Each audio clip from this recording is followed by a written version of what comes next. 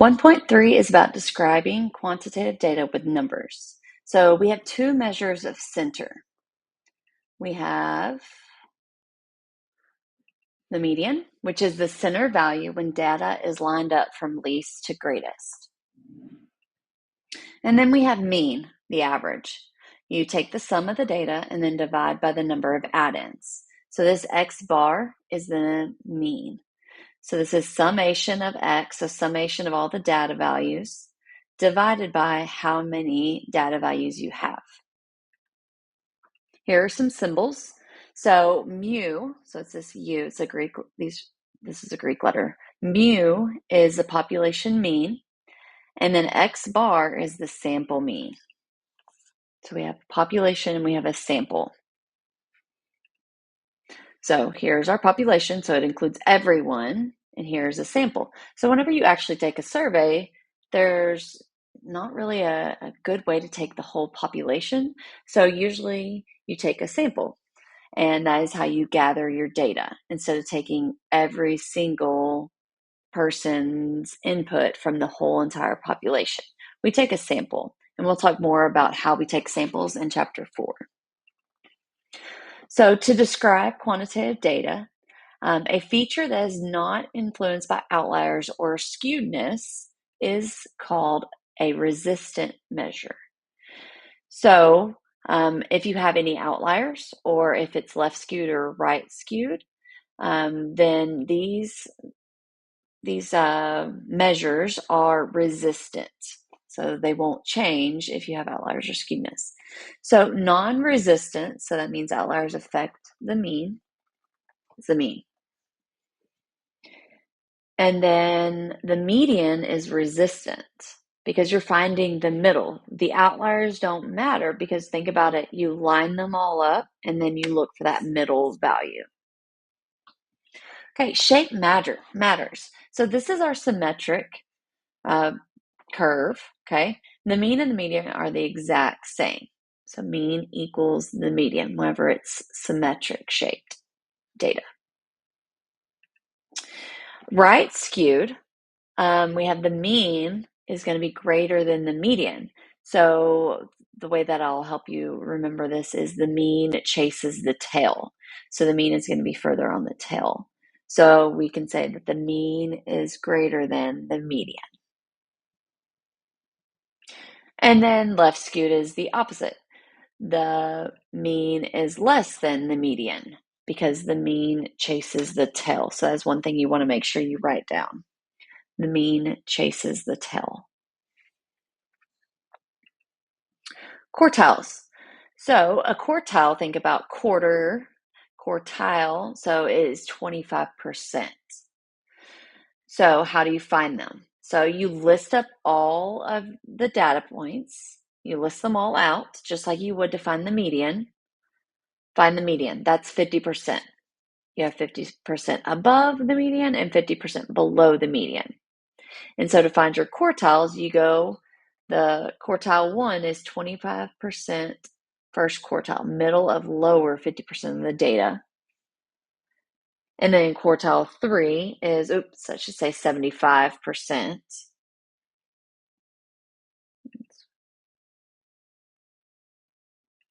Yeah, I should say 75%. Third quartile, middle of upper 50% of the data.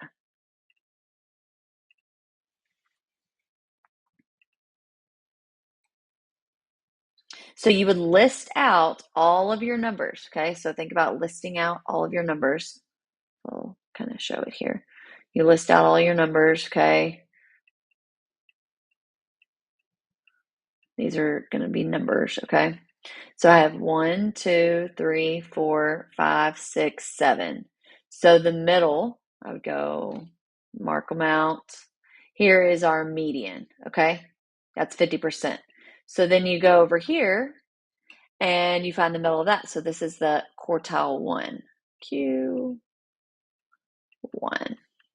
And this is our median, or sometimes it's called Q3. And so then we look at this side.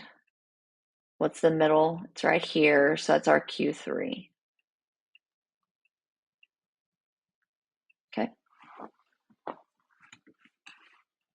that's just a rough drawing. Okay, what is the range? So we have range and IQR. What is the range? Range is max minus min. You probably remember that from before. And then interquartile range, IQR, is you take the middle quartile, so Q3 and Q1, and you subtract them. So range of the middle 50% of the data. Are range and or IQR resistant measures of spread? So remember, resistant means that any outlier or skewness won't affect it. So range is not resistant. The reason is because you have outliers, and outliers are either the biggest or the smallest, right? So if you subtract the biggest and smallest, you are taking into account those outliers.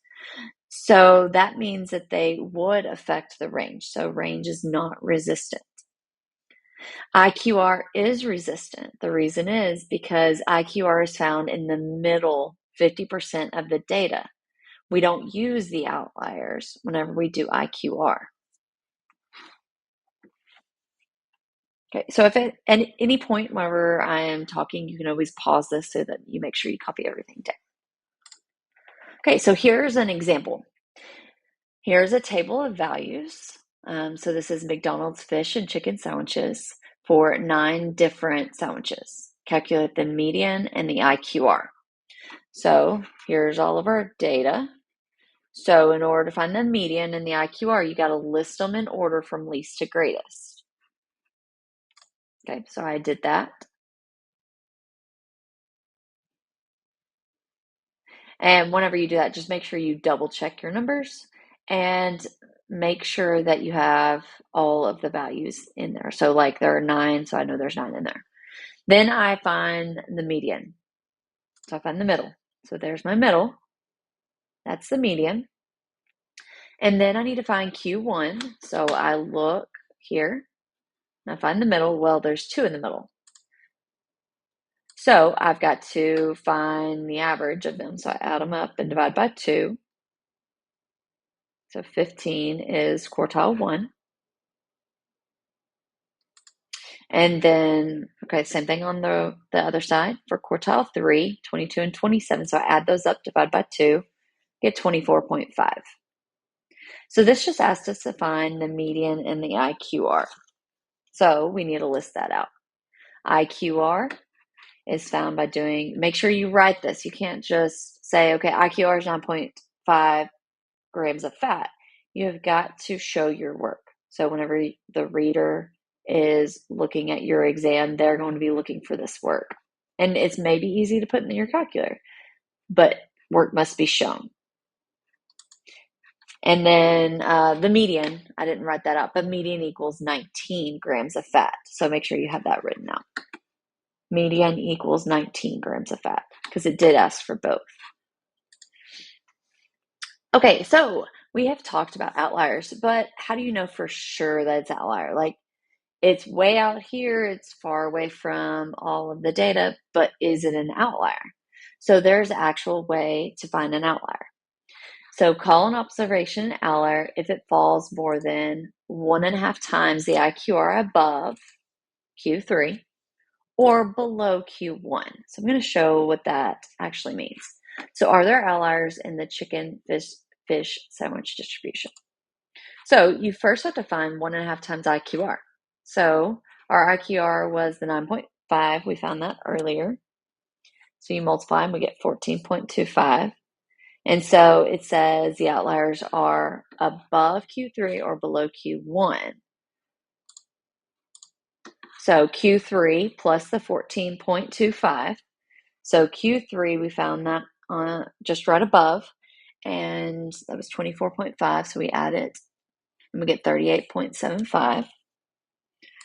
And then Q1 minus the 14.25, and we get 0.75. So are there any data values above 38.75 or below 0.75? So look back at your data chart. And there are not. So we have no outliers. So we did need to show our work, not just write no outliers. You've got to show this work and then just check your table, make sure. Okay, let's look at the next one. We have the beef sandwiches. So here's the data for the amount of fat in grams for McDonald's beef sandwiches. Are there any outliers in this distribution? All right, so we have quite a few more. So let's go ahead and list them out from least to greatest. So we can find our median. If you want to pause, you can.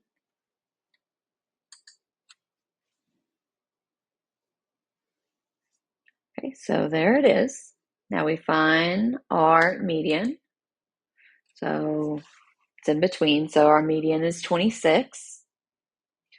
And then we look at our lower half of the data and our upper half of the data. So it looks like it is between these two. So we've got to add them up, divide by 2. So our quartile 1 is 21. Or quartile 1, yeah. Quartile 3 is 29. So when they're the same, it's 29. Just like here, see how these were the same? So our median was 26. Because if you add them up, divide by 2, you're going to get 26. So we have Q1 and we have Q3. So we've got to find our IQR. So Q3 minus Q1 is 8. And remember to find our outliers is we do 1.5 times our IQR. So that's 12. And then we go above Q3 and below Q1 with that 12. So 29 plus 12 is 41. And then 21 minus 12 is 9. So we are looking for an outlier. So look at our data, 43. So 43, our double quarter pounder with cheese is an outlier, 43 grams. Makes you want to eat that, right? Not so much. Okay, let's look at what a 5-number summary is. Our 5-number summary is our minimum, our Q1, our median, our Q3, and our max. Those are the 5 numbers. How is it displayed? On a box plot. So here is an example of a box plot. So you have your min, Q1, median, Q3, and then we have the point here, outlier here, or outlier line. So this actually would go all the way out here. But then when we found out that it was an outlier, then we actually erase that line, put the line right before the outlier, whatever the data point is before that, and put a little dotted line so that we know where the outlier is located. So it's kind of to separate the outliers. And these are called our whiskers. You remember back in, I think it was 6th grade, box and whisker plots. So this is what it looks like. Okay, so we are going to draw parallel box plots for the chicken and fish beef sandwich data. Compare these distributions. So you look back at the data. You start with a 5-number summary for each. So here's the 5-number summary, because we already have all of these things. It's just a matter of putting it down on paper. So the min is 9, Q1 is 15, median is 19, Q3 is 24.5, and max is 33. And then do the same thing for beef. Minimum is 9, Q1 is 21, median is 26, Q3 is 29, outlier is 43. So because the outlier is 43, we go to the previous biggest number, and that is 31. So this is what it'll look like. So you will draw yours by hand. I use technology, but I need y'all to do it by hand. So if you need to, pause it. Okay, so how does this show up? Let me show you how it looks. So look at our min for beef. It's right here, 9, which is the same thing as our min for chicken. Q1 is at 15 for chicken. Q1 for beef is at 21. Median is 19 for chicken and 26 for beef. Q3 for chicken is 24.5. The max is 33. Q3 here is 29, and then our new max is 31, and our outlier is 43. So we would put our dotted line, where was our outlier? Let me look back at my paper. Outlier is at 41. So we would actually have a dotted line. So let me show you that.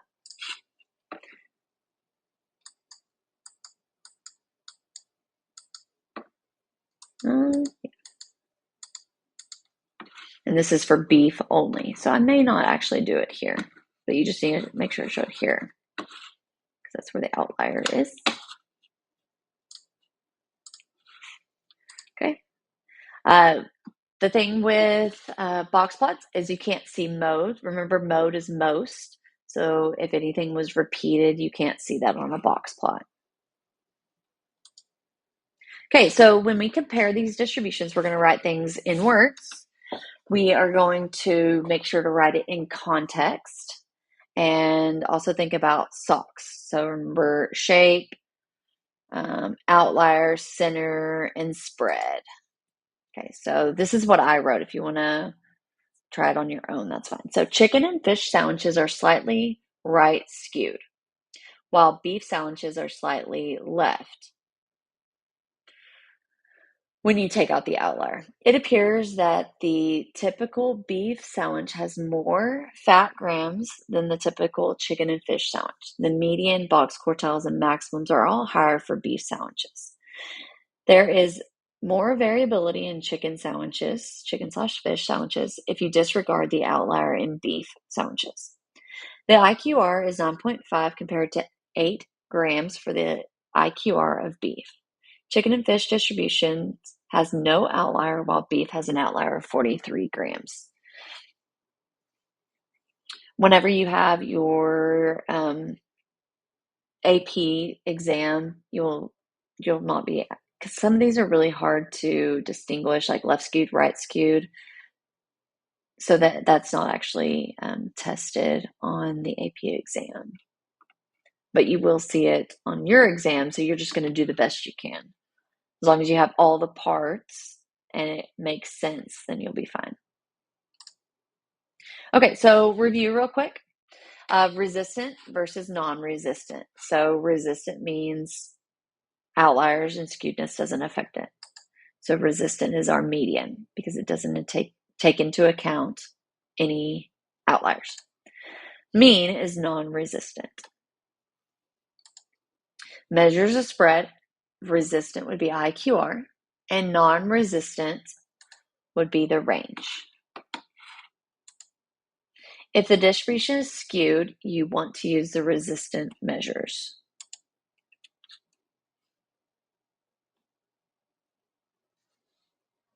Okay, and then we have some technology. So I'm going to show you that on the calculator.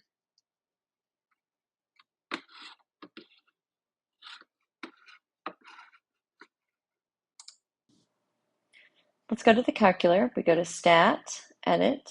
We have L1 and L2. So L1 is going to be the chicken.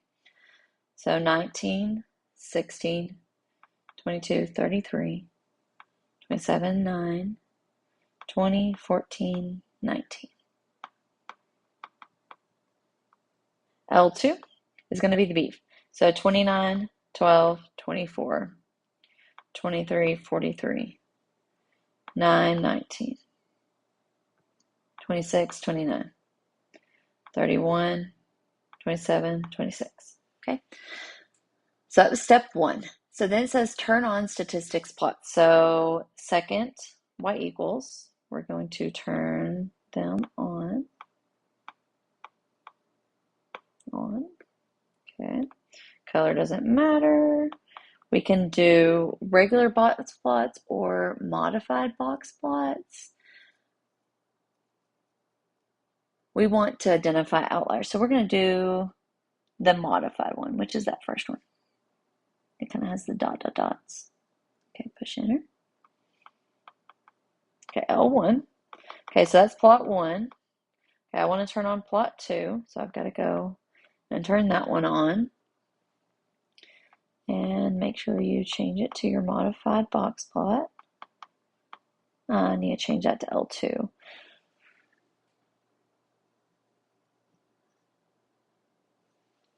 Second 2 to get L2. So second 2 was L2. All right. And then we're going to hit zoom. Okay, so we hit zoom data, or zoom stat. There we go. Okay, and so it should look similar to this. And then you hit trace. There we go. So that's your min, quartile 1, median, and then quartile 3. And then, oh, these are opposite of what we did. So you can, and then there's our outlier. So it's just a way to look at it using the calculator. And the way we did it was opposite on our paper. So they're just switched. All right, and I will see you in class.